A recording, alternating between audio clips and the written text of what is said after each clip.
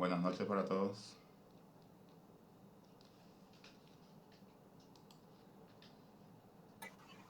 Hola, profe. Buenas noches. ¿Cómo están? Bien, bien, profe. Muy bien.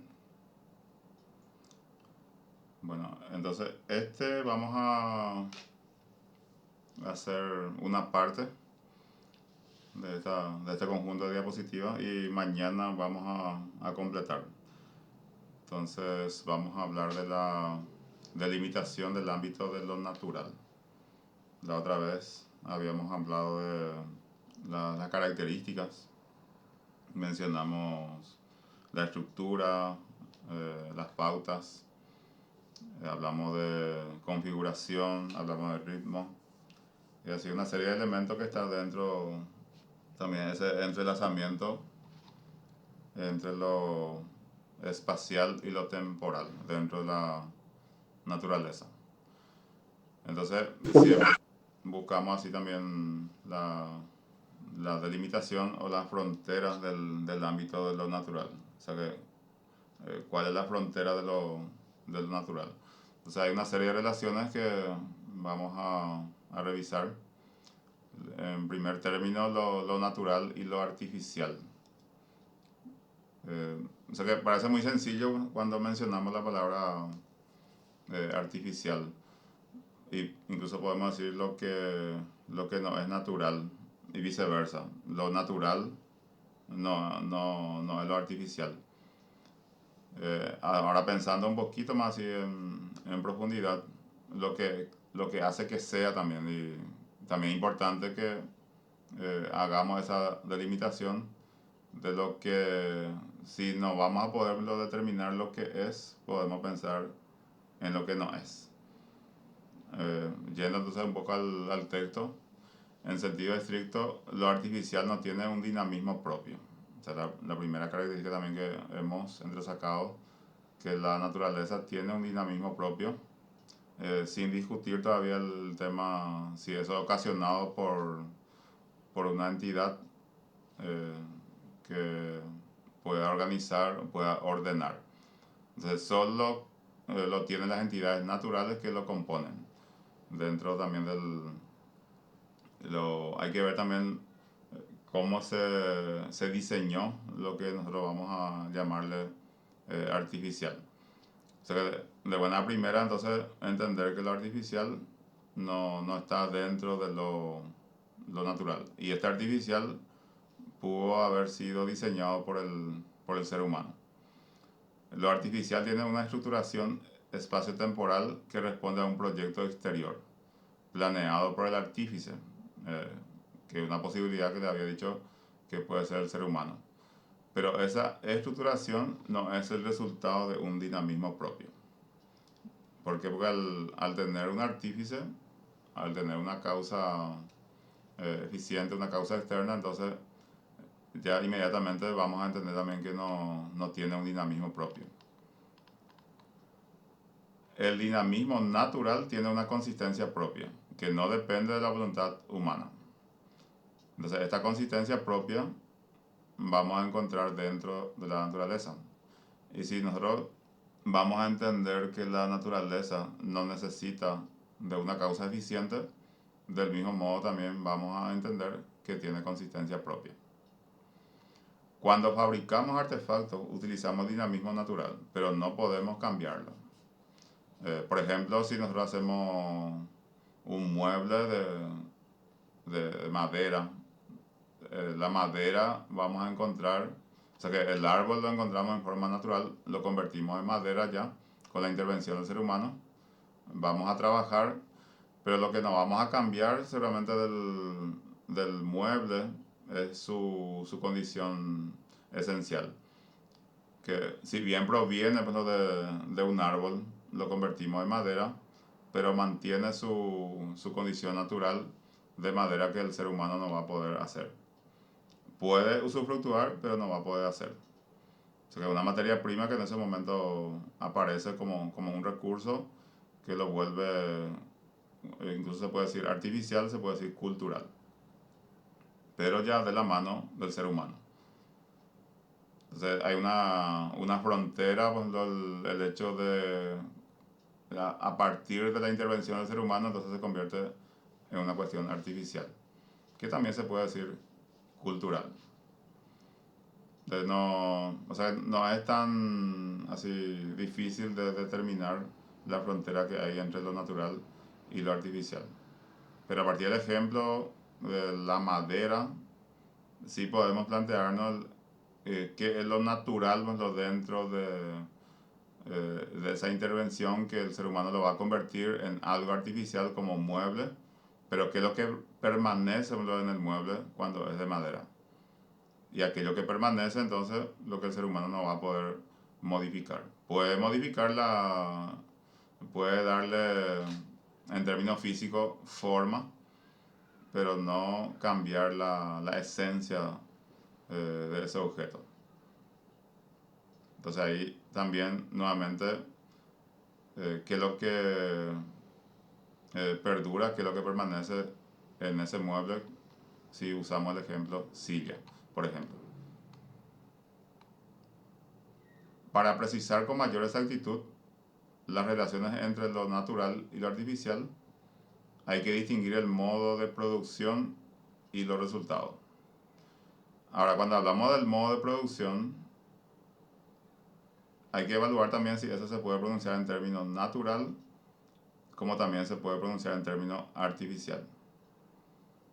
O sea que la producción, si nos remontamos al concepto ser y modo de ser, y usamos el mismo ejemplo del árbol, hablamos de un modo de ser ya particular, dentro de una existencia, pues, lo que podemos categorizar también en el reino que le corresponde a los árboles. Ahora, el ser humano, que también es una entidad natural, pero una entidad natural diferente, que al mismo tiempo que también es una entidad natural, puede hacer uso de otras entidades naturales sin precisar la finalidad, ¿no?, de su función, pero tiene esa posibilidad.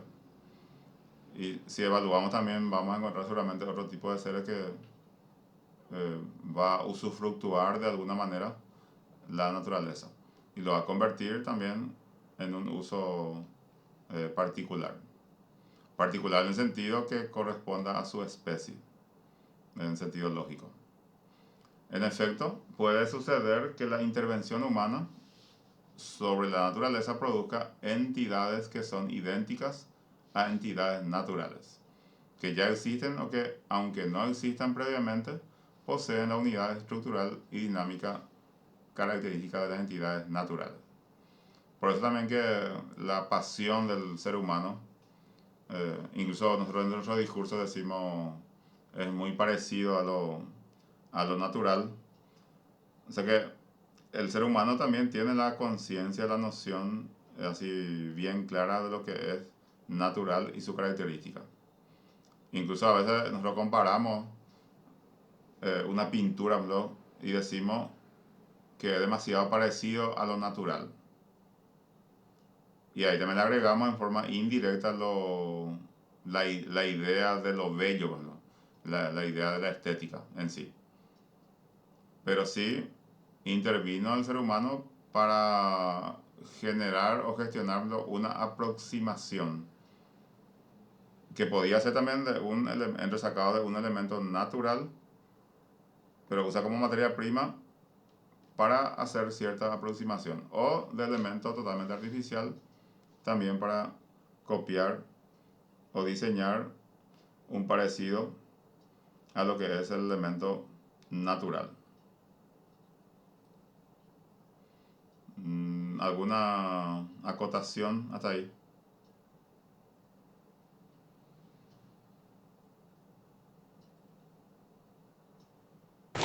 Profe, yo tengo una pequeña inquietud y es que todavía se me hace confuso ese pequeño límite o ese gran límite que hay entre lo que se considera natural y lo que es artificial. que no se considera natural. Es decir, mm, mi inquietud está enfocada en por qué lo artificial no puede considerarse como algo natural si es fruto de una habilidad que es propia del ser humano y que es propia pues, de su razón natural. Es decir, por naturaleza el ser humano tiene esa serie de habilidades y capacidades tanto intelectuales como creativas para crear objetos.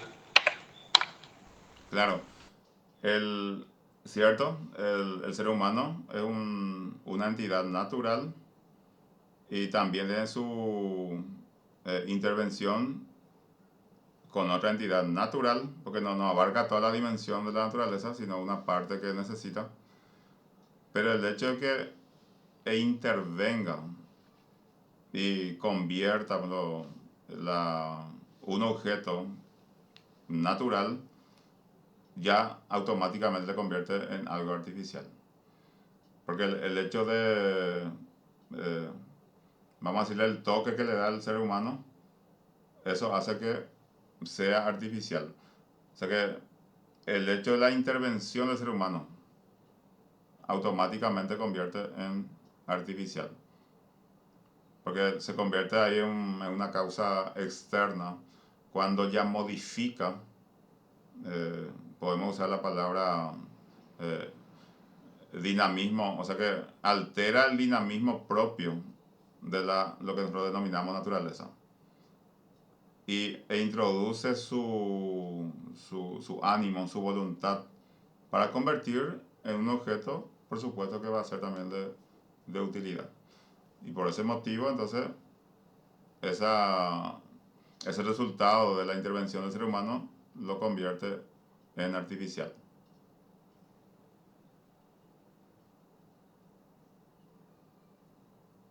No sé si se quedó un poco más claro, Manuel. Sí, profe, queda más claro. A ver, Juan Carlos, levanta la mano. Sí, adelante. Sí, básicamente mi pregunta se refiere a lo mismo, pero con un ejemplo. Sí, Dijimos árbol, madera, mueble. sí, Y ahí es muy claro y muy simple trazar que hay un factor común que está presente en todo, aquella esencia que es la madera. sí, Tanto forma parte del mueble como del árbol, ¿verdad? Por más que ha sufrido una transformación. En el caso del hombre se vuelve un poco y bastante más difícil trazar los límites, ya que el hombre eh, tiene dos aspectos, aquel cultural o artificial y también dijiste en un momento que forma una entidad natural. sí, Entonces, hay un dualismo en cuanto a lo artificial y lo natural en el hombre. Y como salida de un proceso, tiene todo lo cultural, sería lo artificial, pero también cuando se reproduce el hombre, tiene elementos de la propia naturaleza.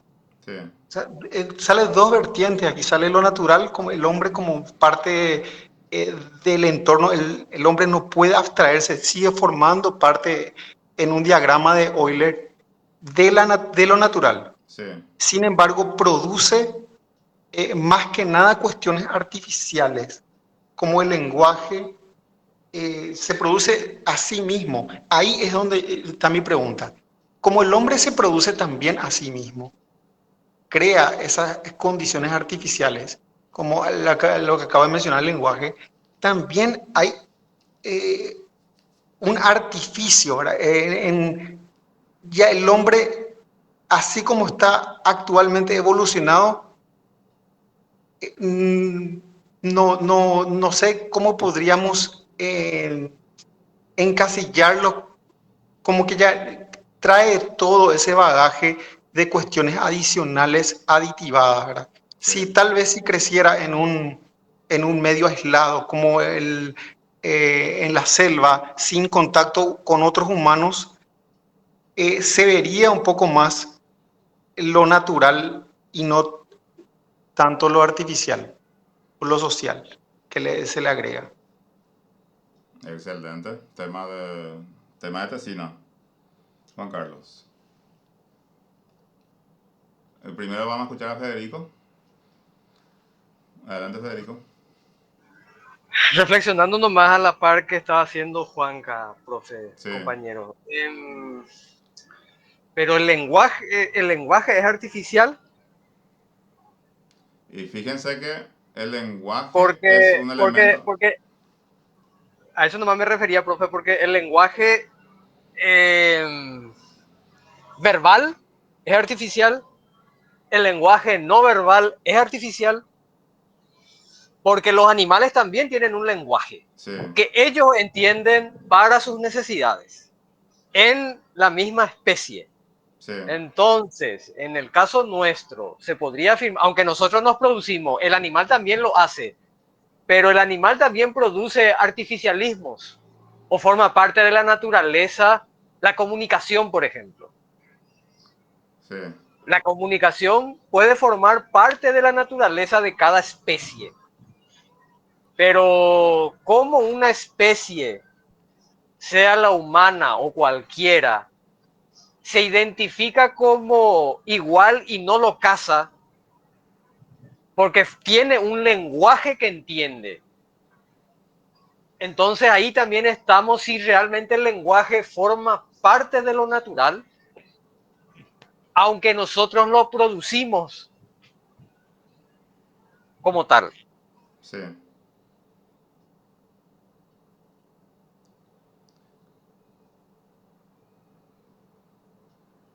Bueno, ahí la delimitación por ejemplo, de la frontera, porque recuerda usted cuando Leibniz dice por ejemplo, la tendencia que tiene cada ser natural de cumplir, es como también el hecho de la condición que debe cumplir con su propia naturaleza.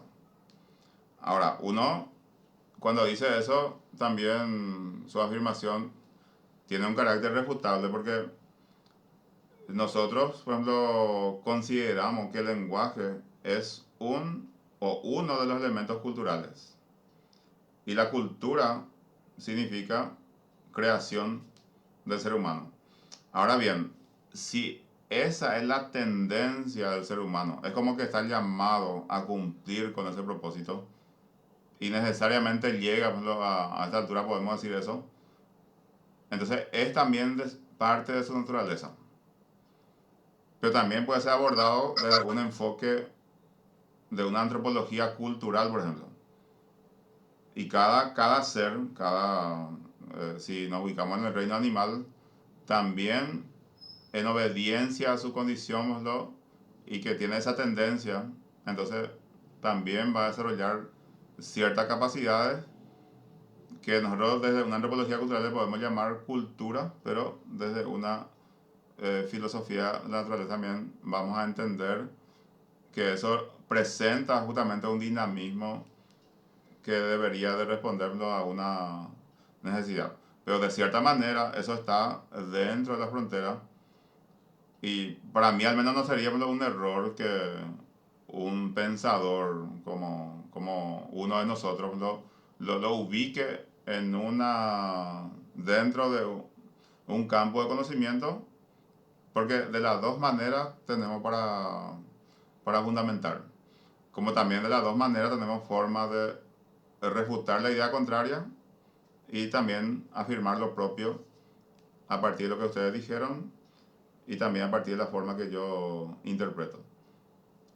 Juan Carlos, adelante. Sí, pero sí, profe, eso que dijiste, creo que para ambas vertientes hay argumentos muy interesantes. Chomsky es uno de los que defiende que el lenguaje forma parte de lo natural, por ejemplo. Sí, Eh, Él hizo toda una teoría al respecto de que hay una parte del cerebro que evolucionó de cierta manera, o sea que el lenguaje iba a ser nomás luego parte del hombre. sí, Y defiende esa postura y es muy interesante, aunque no se haya podido comprobar, es muy interesante ver esa posibilidad y estudiar más a fondo. sí. Porque antes que nosotros entremos en la clasificación del lenguaje, hay un sustrato, hay uno que quizás nosotros no ponemos como objeto de estudio, pero por el efecto podemos, por ejemplo, mirar cuando hablamos del sentido de comunicación. Entonces el ser humano y otros animales necesitan, por ejemplo, una manera una forma de comunicación que a esta altura nosotros tenemos la ventaja de llamarlo hablado, no hablado, verbal, no verbal. Pero el sustrato de todo eso que nosotros llamamos lenguaje con toda su clasificación es propio de cada ser. Incluso los estudiosos de una naturaleza así de seres no racionales también van a encontrar una explicación de cómo se comunican. El ejemplo que estamos usando, los árboles. Y otros seres también que se mueven por su cuenta. Así como los peces, por ejemplo, que también tienen su forma de comunicación.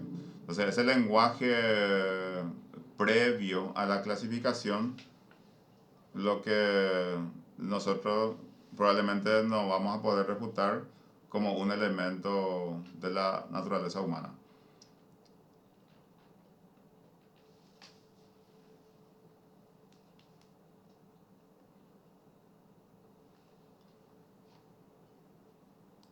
Bueno, entonces, continuando.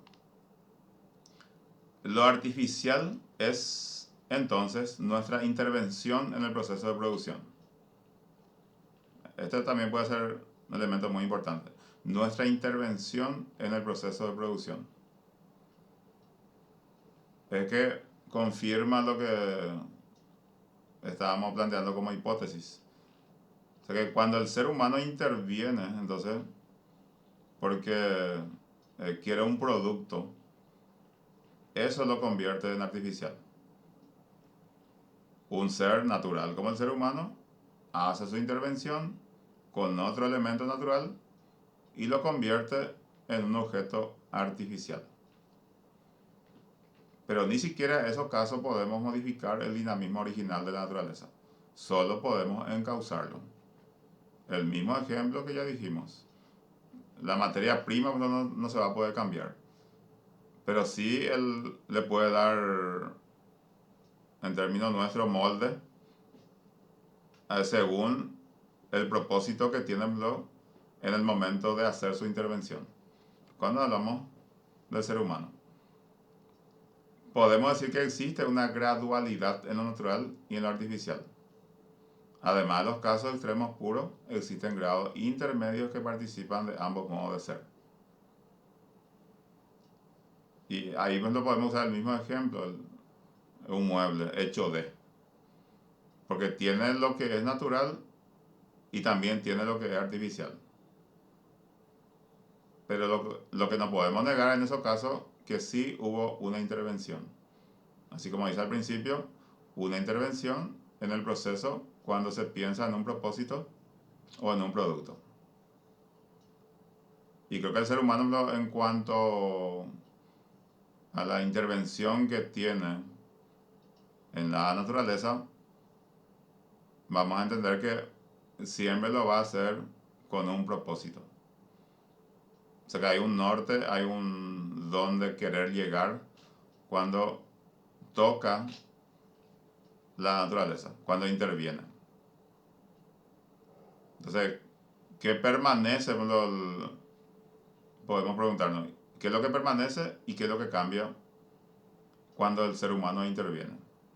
O sea, cuando nos enfocamos solamente en el ser humano, porque hay también otros seres que van a intervenir.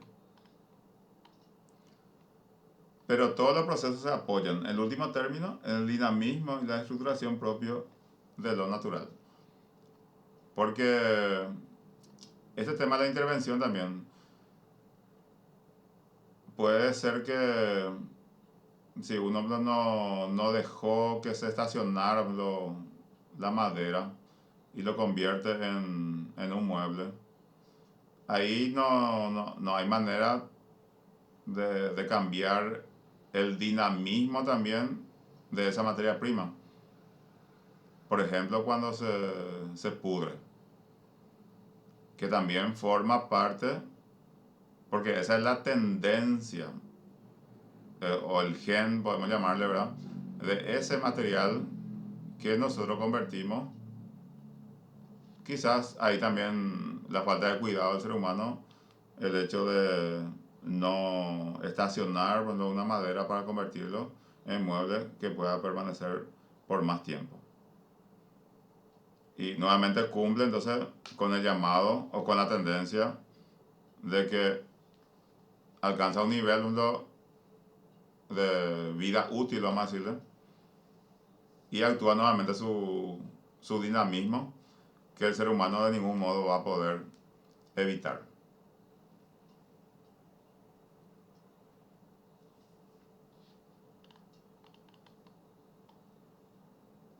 Es en cuanto a la relación que hay entre lo natural y lo artificial. No sé si algo más se puede decir de esto de parte de ustedes.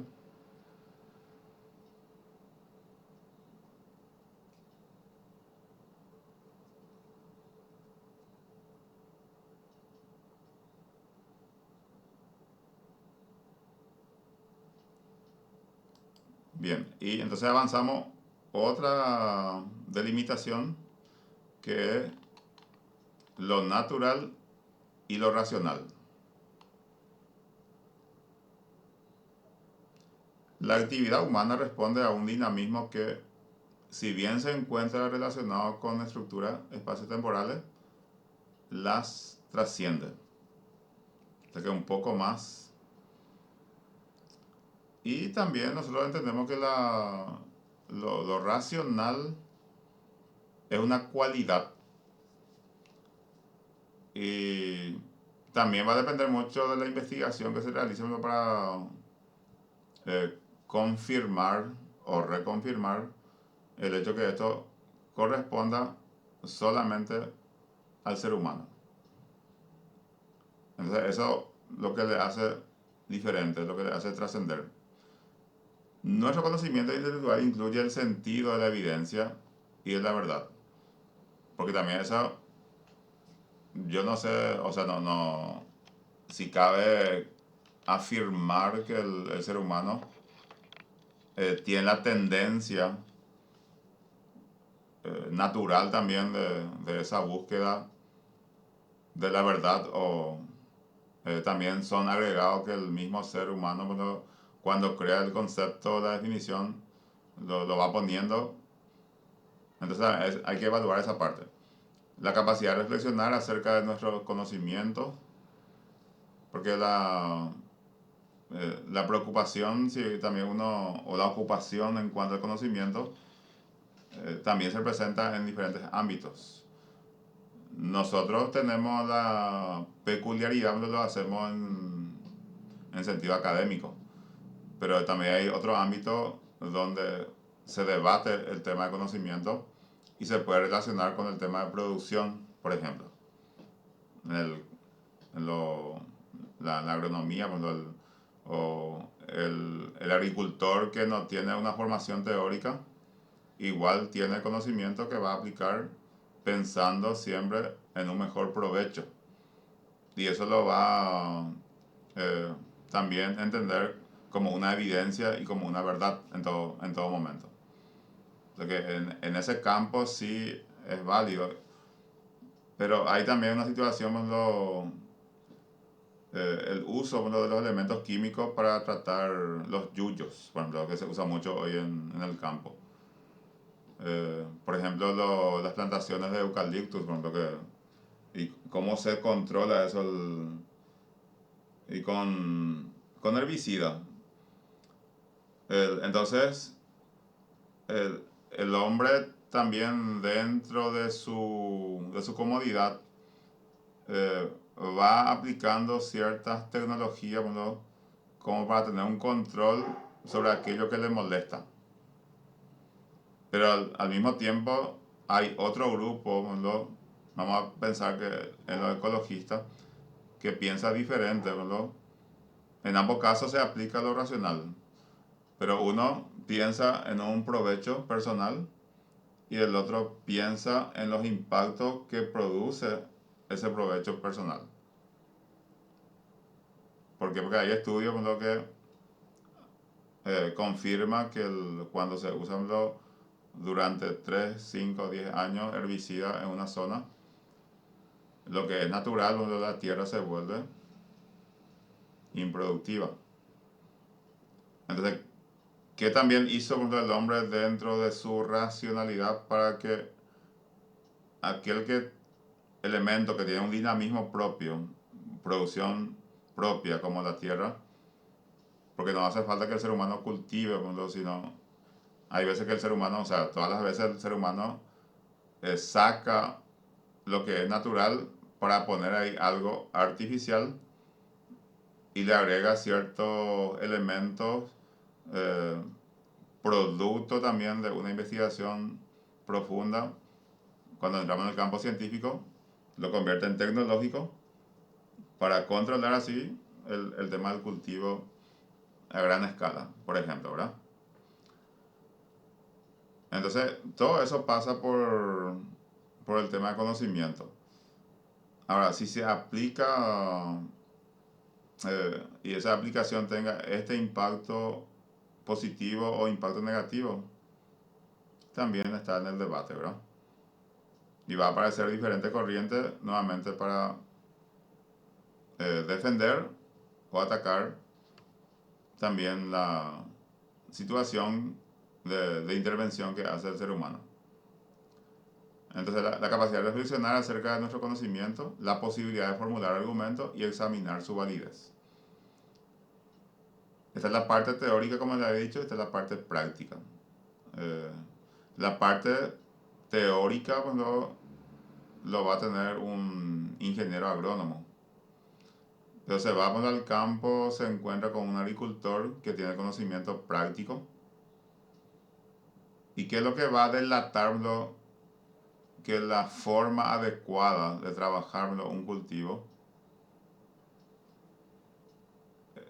cómo eso se va a comprobar.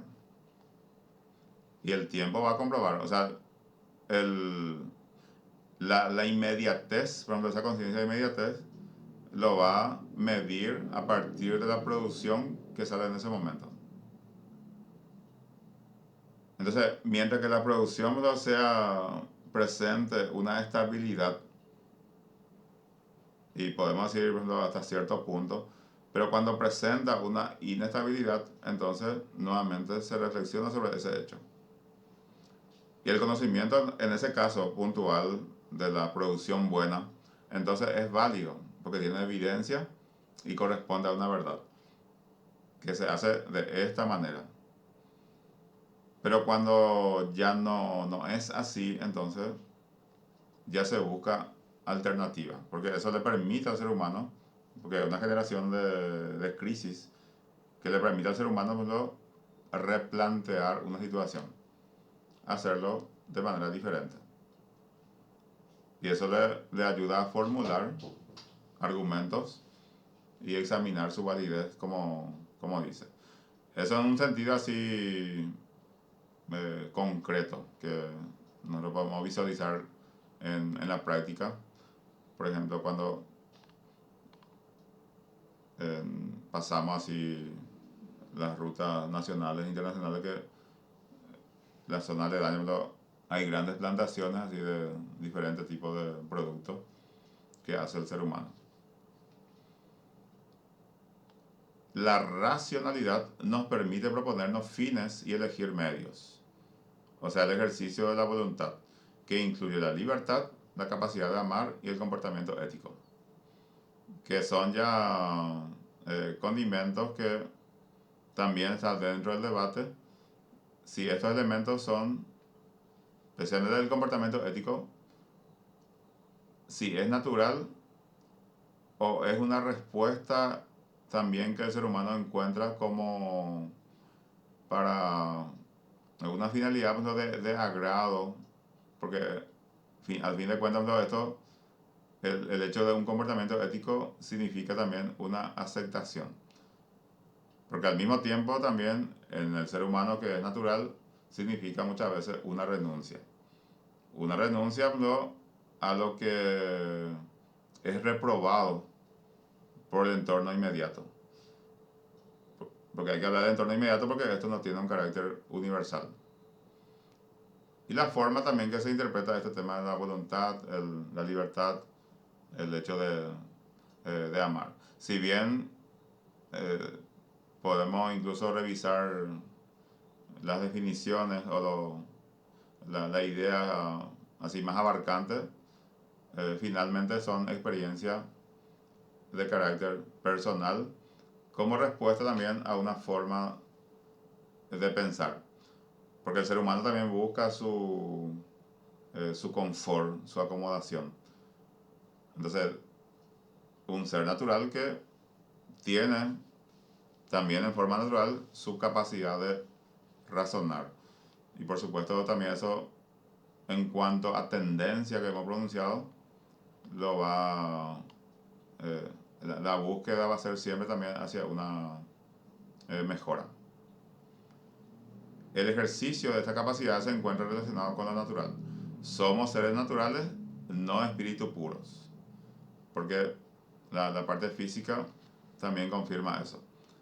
Sin embargo, la racionalidad responde a un dinamismo que trasciende las condiciones espaciales y temporales. El dinamismo natural se encuentra condicionado por las pautas espacio-temporales, mientras que la actividad racional puede superar, al menos con la inteligencia y la voluntad, cualquier tipo de pautas naturales. El ser humano, ¿hasta qué punto? O sea que, por un lado está la adaptación, tanto al espacio y también al tiempo. Incluso podemos tener control sobre esto en cuanto a la organización, pero en cuanto al dominio, no. O sea que está la inteligencia que hasta un punto también el hombre o el ser humano va a poder hacer uso de ella. Pero hay un punto también que va a entender que esa es la frontera y no ni siquiera va a intentar porque es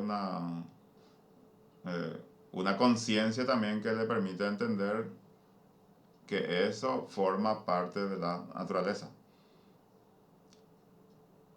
Cuando hablamos de términos, en términos de tiempo, ¿no? Habíamos dicho que el tiempo del universo no es el tiempo humano, aunque el humano sea parte del universo. Porque el ser humano tiene una esperanza de vida, o sea, por lo menos en lo terrenal, para los que piensan de esa manera, que hay que decirlo también, vamos a suponer que sea de 70 a 80 años. Y el 70 a 80 años como un criterio de tiempo universal casi no es nada. Entonces también son diferentes, una cuestión también relativa.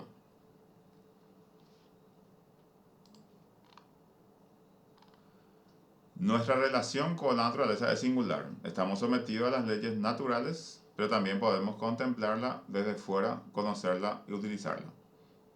Estamos inmersos en la naturaleza, pero al mismo tiempo la trascendemos. La podemos contemplar, conceptualizar, objetivar y controlar.